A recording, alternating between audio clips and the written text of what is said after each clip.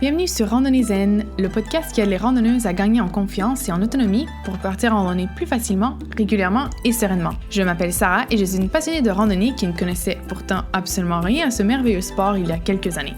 Ici, je te partagerai tout ce dont tu as besoin pour devenir plus confiante et autonome en randonnée et ainsi progresser dans ta pratique de ce sport. N'hésite pas à t'abonner au podcast sur ta plateforme préférée pour être averti quand un nouvel épisode est disponible. Et maintenant, assis-toi confortablement et prépare-toi à devenir une randonneuse zen et confiante. Bonjour et bienvenue dans ce nouvel épisode du podcast Randonnée Zen.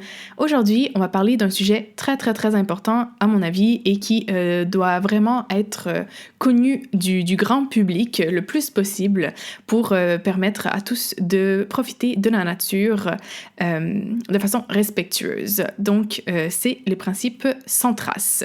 J'ai entendu parler pour la première fois des principes sans trace quand j'ai travaillé dans un camp de jour au Québec, un camp de jour de canot. On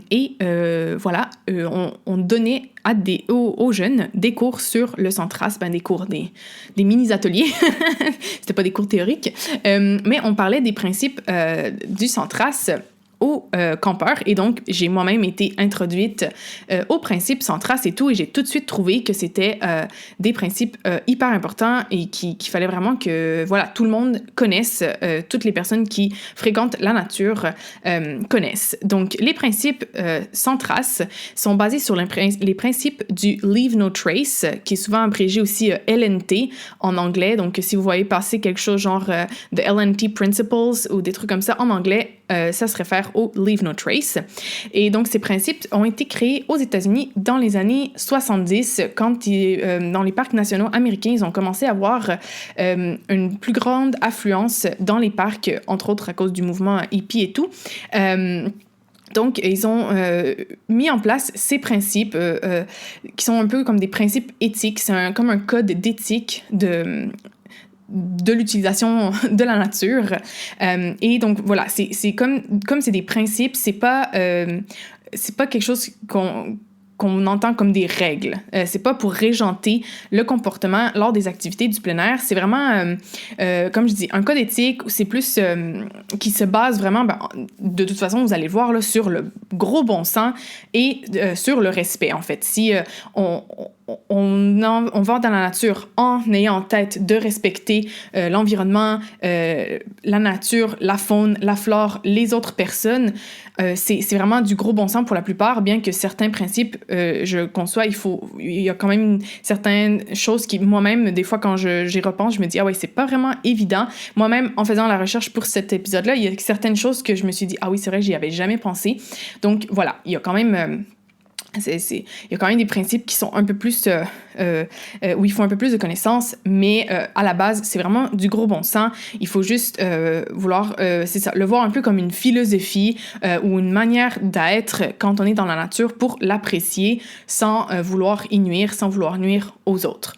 Et donc voilà, je pensais que c'était super important de faire cet épisode parce que un des objectifs que j'ai, moi, avec Randonnée Zen, c'est vraiment de sensibiliser les personnes à leur impact sur la nature, parce que moi, je pense que tout le monde devrait aller randonner, c'est une super activité, tout le monde devrait profiter de la nature, faire du plein air, mais si tout le monde fait du plein air de manière non respectueuse, on risque d'avoir un problème.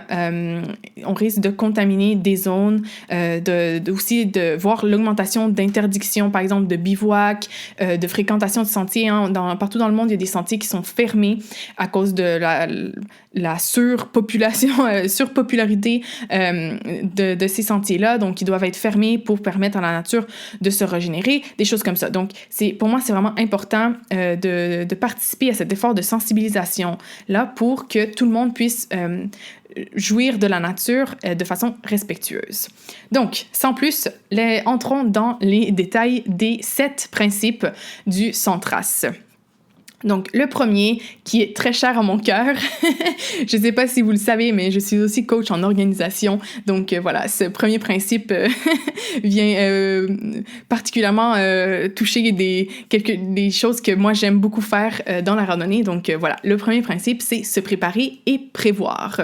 Donc, comme je l'ai mentionné d'ailleurs dans l'épisode numéro 8, j'avais fait tout un épisode justement sur comment préparer une randonnée. Si vous voulez aller le consulter, c'est l'épisode numéro 8, je vais aussi le remettre dans la description de l'épisode. Je vous disais dans cet épisode-là qu'une randonnée bien préparée permet de diminuer les facteurs de risque lors d'une sortie et donc d'augmenter les chances d'avoir une belle sortie, une sortie agréable, une sortie sécuritaire, ce qu'on veut tous. Hein? Donc, c'est vraiment un principe hyper important parce qu'au contraire, quand on se prépare pas et qu'on s'en va sur des sentiers dans la nature, dans des zones peu peuplées où c'est difficile d'avoir accès, ça peut très, très mal se passer. Ça peut engendrer des conséquences négatives, non seulement sur les participants de la randonnée, hein, par exemple des blessures, même pire, mais aussi sur l'environnement naturel et culturel parce que, par exemple, si vous êtes au milieu de nulle part et tout, et que les secouristes doivent venir, les secouristes vont pas... leur but premier, ça va être de vous sauver, vous. Ça va pas être de sauver la nature. Donc, ils risquent de détruire, de peut-être devoir détruire des sites naturels, des sites culturels pour pouvoir accéder, pour pouvoir vous aider. Vous-même, vous allez peut-être devoir... détruire ou avoir un impact négatif à cause de votre manque de préparation. D'ailleurs, je lisais un livre récemment et ça m'a vraiment choqué. Le gars qui a écrit le livre disait qu'il a déjà été dans une cabane non gardée où les garnitures de fenêtres, je me rappelle plus comment on dit ça en français, les moulures là autour des fenêtres en bois avaient été enlevées et avaient été brûlées par des personnes qui avaient été dormir dans cette cabane non gardée, mais en n'ayant pas bien préparé leur sortie, en n'ayant pas pris des sacs de couchage avec une bonne température pour la température prévue cette nuit-là. Ils ont donc dû brûler les garnitures, là, les moulures des fenêtres. Créant en endommageant une cabane non gardée qui fait partie du patrimoine culturel que les autres personnes utilisent pour aller en randonnée. Donc, voilà, juste pour donner un exemple, c'est vraiment important de se préparer pour justement éviter ce genre de situations-là qui peuvent mener quand même à des situations très graves. Hein. Les personnes, si elles n'avaient pas dans ce cas-ci, quand même eu la présence d'esprit c'était un peu l'instinct de survie là, qui a kick in, mais quand même, ils auraient pu souffrir d'hypothermie et ça aurait pu être très, très grave. Donc voilà, hein, c'est important de se préparer quand on va en randonnée. Mais donc, qu'est-ce qu'on peut faire concrètement pour respecter ce premier principe du sans trace? Bien, déjà, on doit s'assurer de bien se renseigner sur la zone dans laquelle on désire randonner. Ou dormir, hein, si on y va pour plusieurs nuits. Par contre, l'épisode du jour, aujourd'hui, je veux vraiment principalement me concentrer sur la randonnée. Je vais faire un autre épisode sur les principes du sans trace quand on part sur plusieurs jours, quand on dort dans la nature, quand on campe dans la nature. Donc voilà, aujourd'hui, ça va être vraiment sur la randonnée. Donc, on se renseigne sur, par exemple, les restrictions en vigueur, parce que des fois, des sentiers peuvent être fermés pour certaines raisons.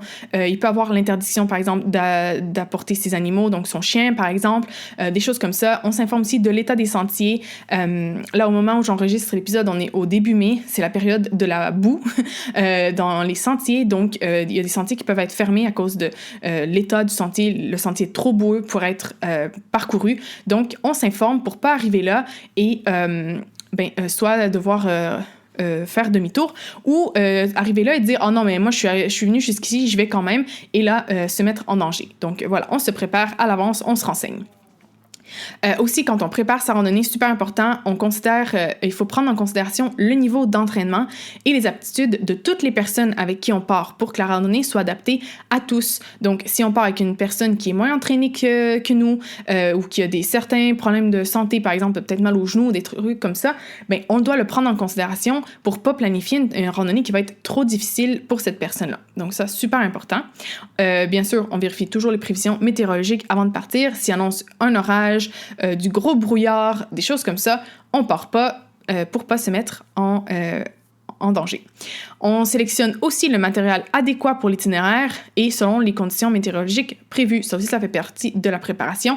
On s'assure que s'il annonce très froid, ben, on apporte peut-être une autre polaire ou une autre couche, par exemple, intermédiaire pour se garder au chaud et être certain de ne pas avoir froid durant la randonnée. Et finalement, bien sûr, on s'assure d'apporter suffisamment d'eau et de nourriture pour la durée de la randonnée.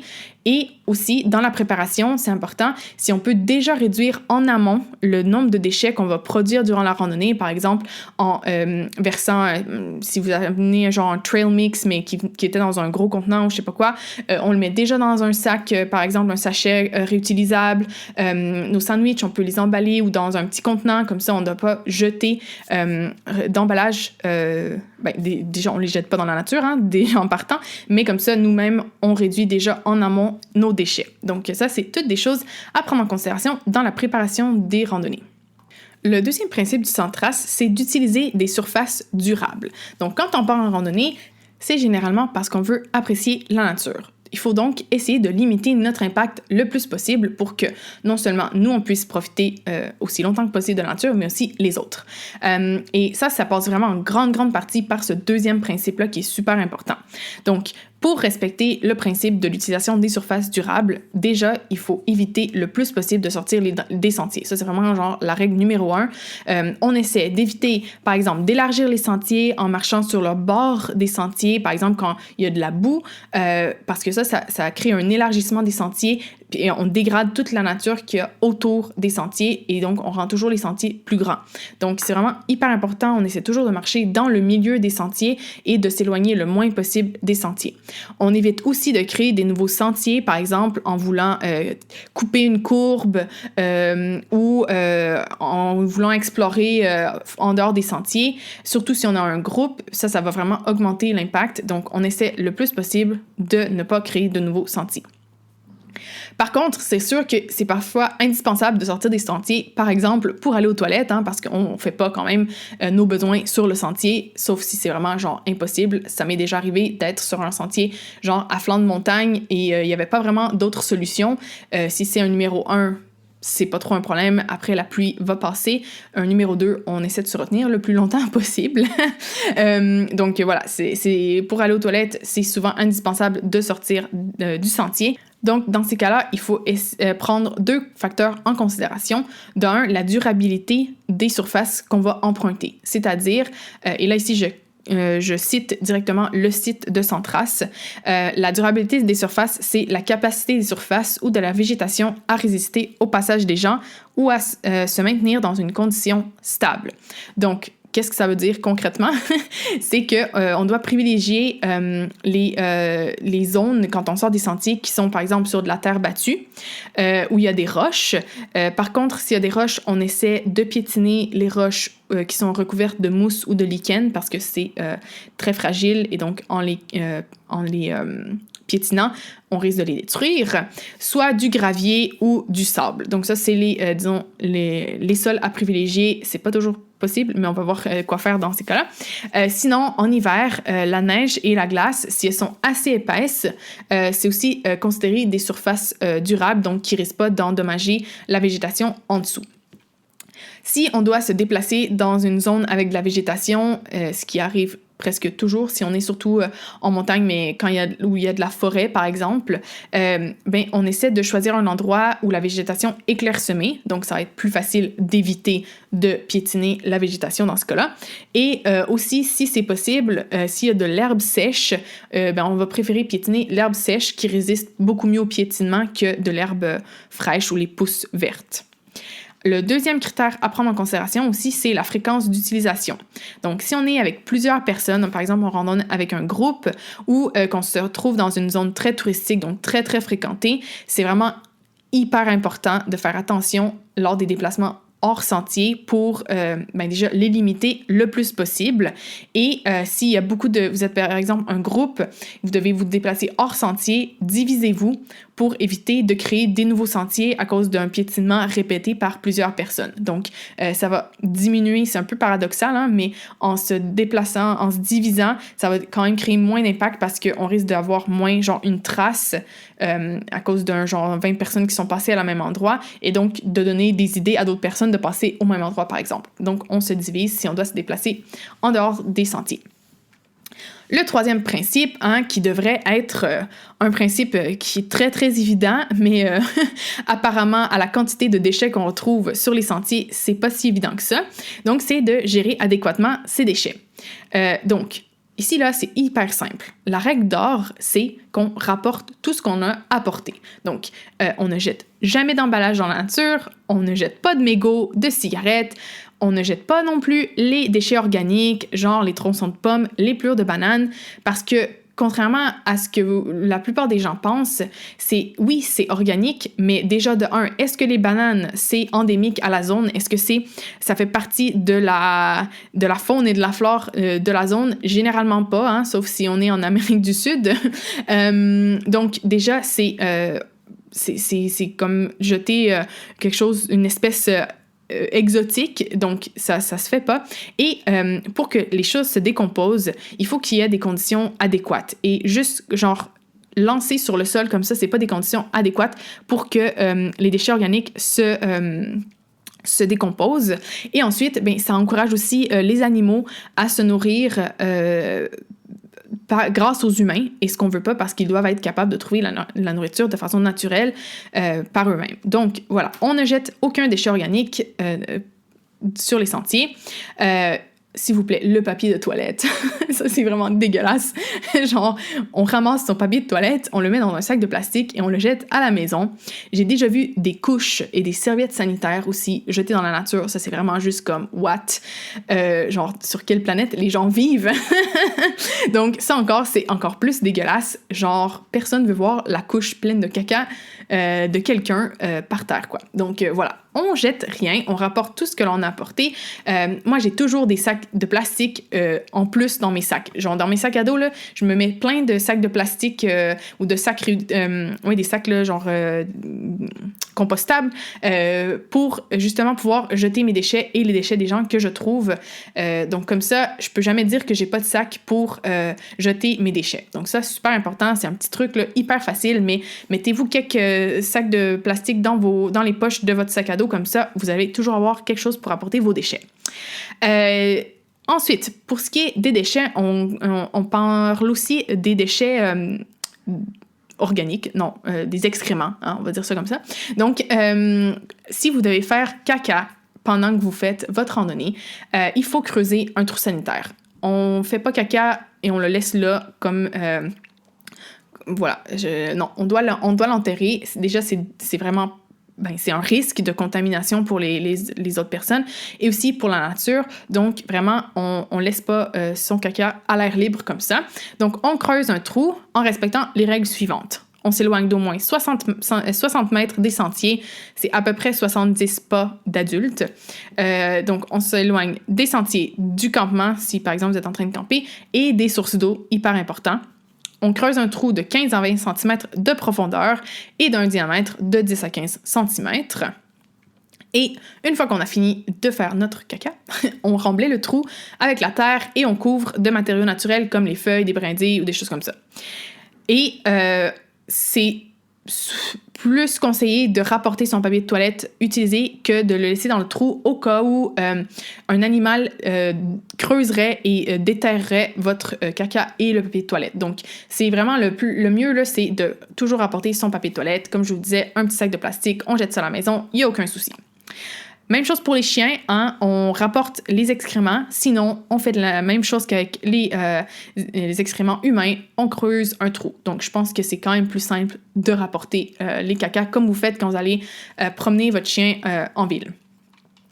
Et finalement, pour ce qui est des cours d'eau, il faut vraiment absolument éviter d'utiliser du savon, même s'il est biodégradable, genre pour se laver ou laver des vêtements ou laver de la vaisselle, c'est surtout quand on campe, mais ça m'est déjà arrivé de voir des gens qui, genre, se prenaient une douche presque dans une journée de randonnée. Donc, si vous devez faire ça, vous prenez l'eau et vous la portez à au moins 60 mètres de la rive pour procéder au lavage à distance. C'est aussi conseillé, très très conseillé, d'éviter de se baigner dans les cours d'eau si on a appliqué, par exemple, durant la journée, de la crème solaire ou de la crème hydratante ou n'importe quelle crème ou lotion et des répulsifs à insectes parce que ça laisse des résidus dans l'eau et on se rappelle que les animaux boivent cette eau-là, donc on essaie de ne pas la polluer. Le quatrième principe, c'est de laisser intact ce que l'on trouve. Donc, un des plaisirs quand on fait de la randonnée, en tout cas, moi, c'est une des choses que j'aime le plus, c'est de découvrir des nouvelles choses, comme des plantes, des éléments naturels inusités, genre des champignons, ou s'il y a par exemple, des bois de serre qui sont, tu vois, un cerf qui est mort, là. Il y a ces bois qui sont là, par exemple, des édifices, même s'ils sont abandonnés et tout. Ça fait partie de la beauté de la randonnée, de découvrir ces choses-là. Donc, en laissant intacts les éléments qu'on trouve, ben on donne aussi la chance aux autres de profiter de cette découverte-là. Donc, je pense que c'est vraiment important de faire ça. Et de toute façon, juste par principe, pour pas laisser de traces, hein, c'est le principe même de ces 7 principes-là, c'est de pas laisser de traces. Donc, on essaie de limiter l'impact de notre passage en évitant, par exemple, de déplacer ou récolter des éléments comme des plantes, des fleurs, des roches, des branches, des artefacts. D'ailleurs, les artefacts, il y a genre des lois là-dessus, c'est pas permis de récolter des artefacts, par exemple, si on en trouve. Donc, si on cueille, par exemple, si on va cueillir des champignons ou des plantes médicinales ou des choses comme ça, déjà, il faut respecter la réglementation. Il y a généralement des règles, des zones où c'est interdit, des quantités maximales par personne par jour, etc. Donc, il faut bien se renseigner. Et si on en cueille par contre une quantité raisonnable pour s'assurer, mais déjà d'en laisser pour les autres et surtout de laisser une quantité raisonnable pour que la nature puisse se reproduire et tout. Donc, on rase pas tout un champ de champignons. On en laisse aussi pour qu'ils puissent croître. On évite aussi de dégrader les éléments et les sites naturels et culturels, par exemple en gravant ses initiales dans un arbre, en taguant un édifice, en endommageant les champignons, des choses comme ça. Je lisais justement juste avant d'enregistrer cet épisode que dans un parc national en France, il y a des gens qui défont des murets en pierre pour construire des cairns. Les cairns, c'est les gens ce qu'on voit là partout, là, c'est la mode sur les réseaux sociaux de construire là, des tas de roches et tout. Donc, les cairns en haute montagne, ils servent déjà à indiquer quel est le bon sentier et tout. Donc, c'est vraiment important de ne pas les défaire ou de ne pas créer d'autres cairns parce que ça porte un peu à confusion pour les personnes qui s'en servent pour s'orienter. Et de deux, c'est les roches... c'est des habitats naturels, donc il y a des insectes, des lézards par exemple qui vivent sous les roches et tout, donc les déplacer et tout, c'est détruire leur environnement. Donc les cairns, on évite, on n'en fait pas, s'il vous plaît. C'est vraiment une plaie dans plusieurs parcs nationaux. Il doit vraiment... il y en a vraiment trop qui sont faites et tout, donc on évite le plus possible de faire... pas le plus possible, on évite carrément de faire des cairns. On évite aussi, par exemple, de dénaturer les sites en construisant des structures, genre des cabanes, ou en creusant des tranchées, par exemple. Ça, c'est souvent quand on va camper, par contre. Et aussi, une chose, par exemple, à laquelle moi, j'avais pas pensé, et en révisant les principes, je me suis dit, c'est vrai, j'y avais pas pensé. C'est aussi important de faire attention de ne pas propager des espèces envahissantes en nettoyant nos chaussures et notre équipement avant de quitter les sentiers. Donc, si par exemple nos chaussures sont pleines de boue, des choses comme ça, on essaie d'enlever le plus possible pour pas ensuite propager, par exemple, des graines d'une plante hyper envahissante dans un autre parc, par exemple. Ensuite, le 5e principe, un autre principe qui est hyper important, c'est de minimiser l'impact des feux. Donc, c'est un principe qui s'applique principalement lorsqu'on part en randonnée sur plusieurs jours et qu'on campe la nuit. Donc, je vais pas trop m'étendre parce que, comme je vous ai dit, je vais faire un autre épisode dédié aux 7 principes du Centras, principalement pour le camping, mais juste pour vous donner une petite idée au cas où vous vouliez faire un feu en journée. Donc, voici les principaux éléments à retenir pour les feux de forêt. Donc, déjà... il faut toujours vérifier la réglementation en vigueur concernant les feux de forêt avant d'en faire un. C'est hyper important. Il y a certains parcs naturels et certaines périodes de l'année où c'est absolument interdit pour éviter de créer des feux de forêt. Donc, c'est hyper important de se renseigner là-dessus. Aussi, quand on fait un feu, il faut toujours se rappeler que ça peut causer des dommages durables sur la nature bien sûr, s'il y a un feu de forêt, mais même si on fait un petit feu, ça cause un impact. Donc, il faut vraiment le plus possible privilégier des réchauds ou des boîtes à feu ou des barbecues quand on veut faire des feux, donc des structures qui sont pas directement en contact avec le sol, par exemple.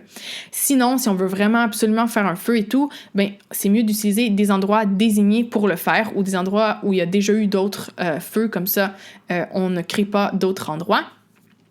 Super important, on utilise seulement du bois mort ramassé par terre pour faire du feu. Jamais on doit couper des branches ou arracher des branches sur les arbres vivants pour faire du feu.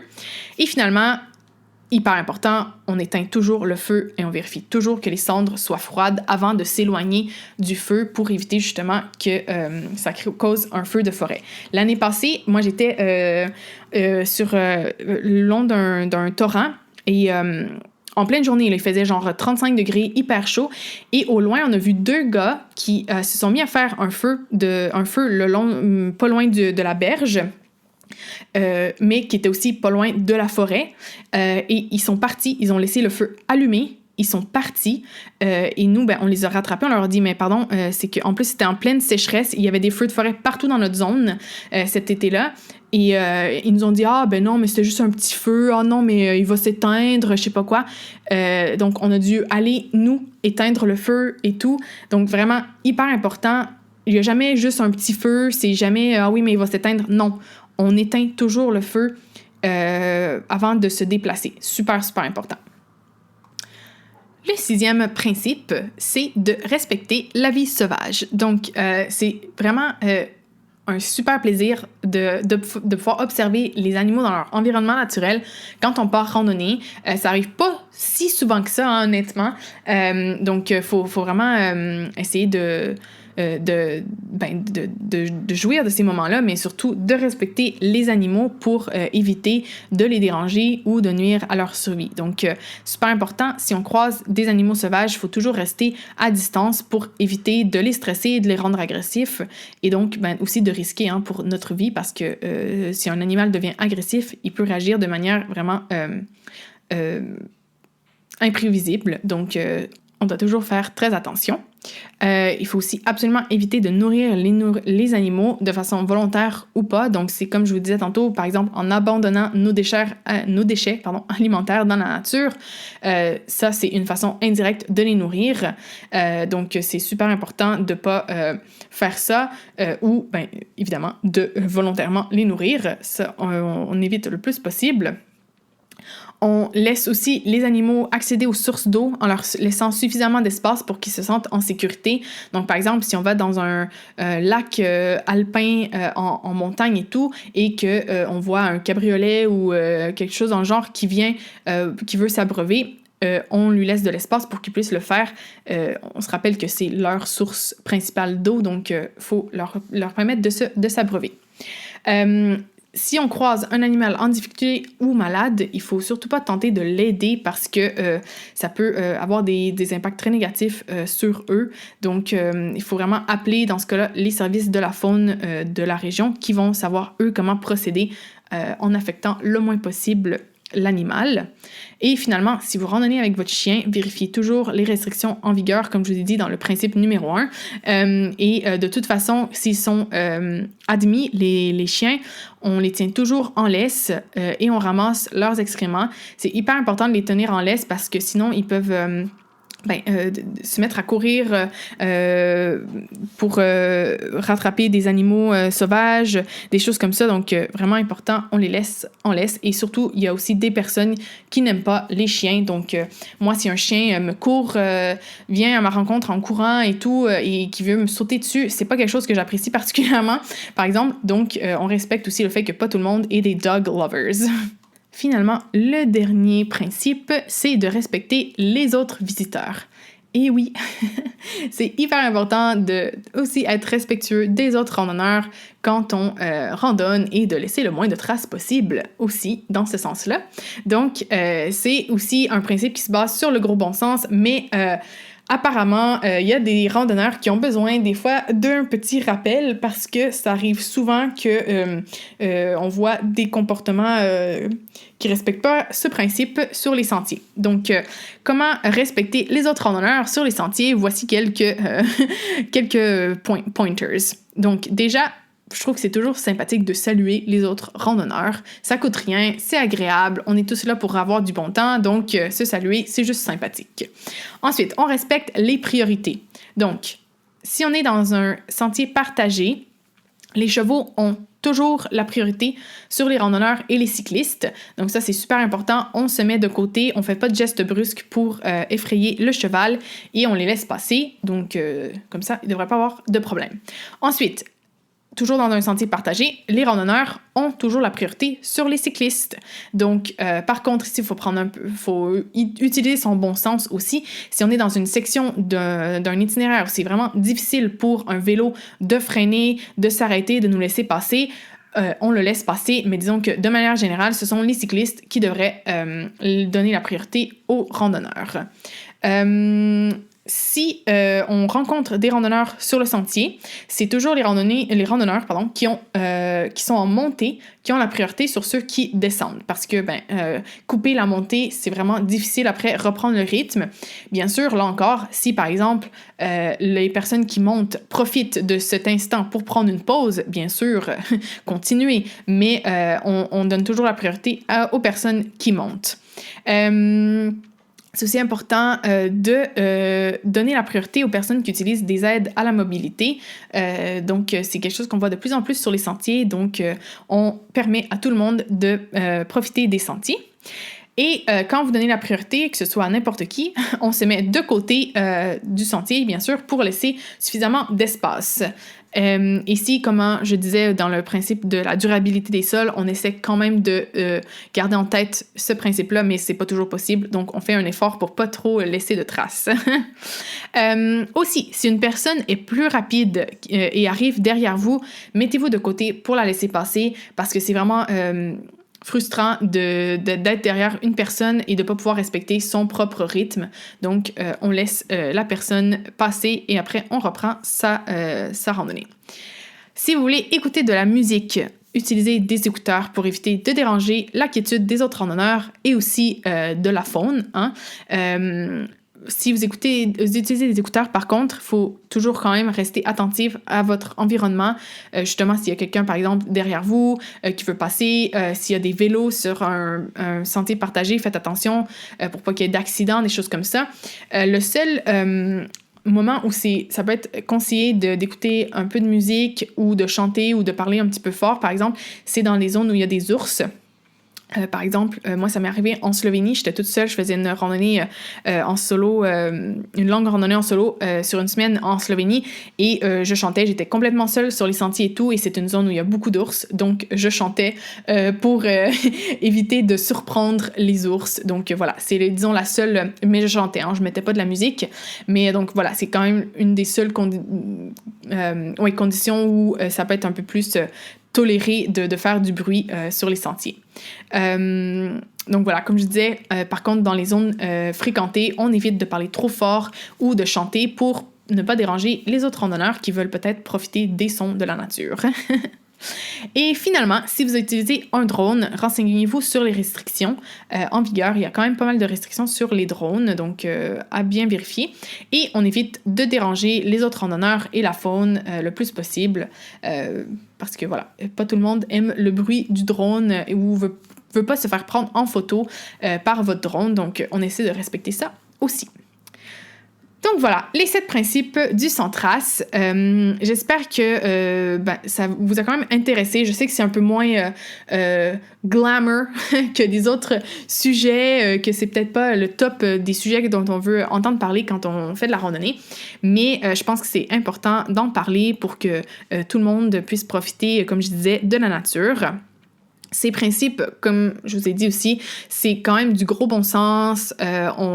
C'est juste essayer de respecter les autres, respecter l'environnement dans lequel on se trouve. Donc, il faut pas apprendre ça par cœur. Hein, c'est pas le but, c'est pas ça.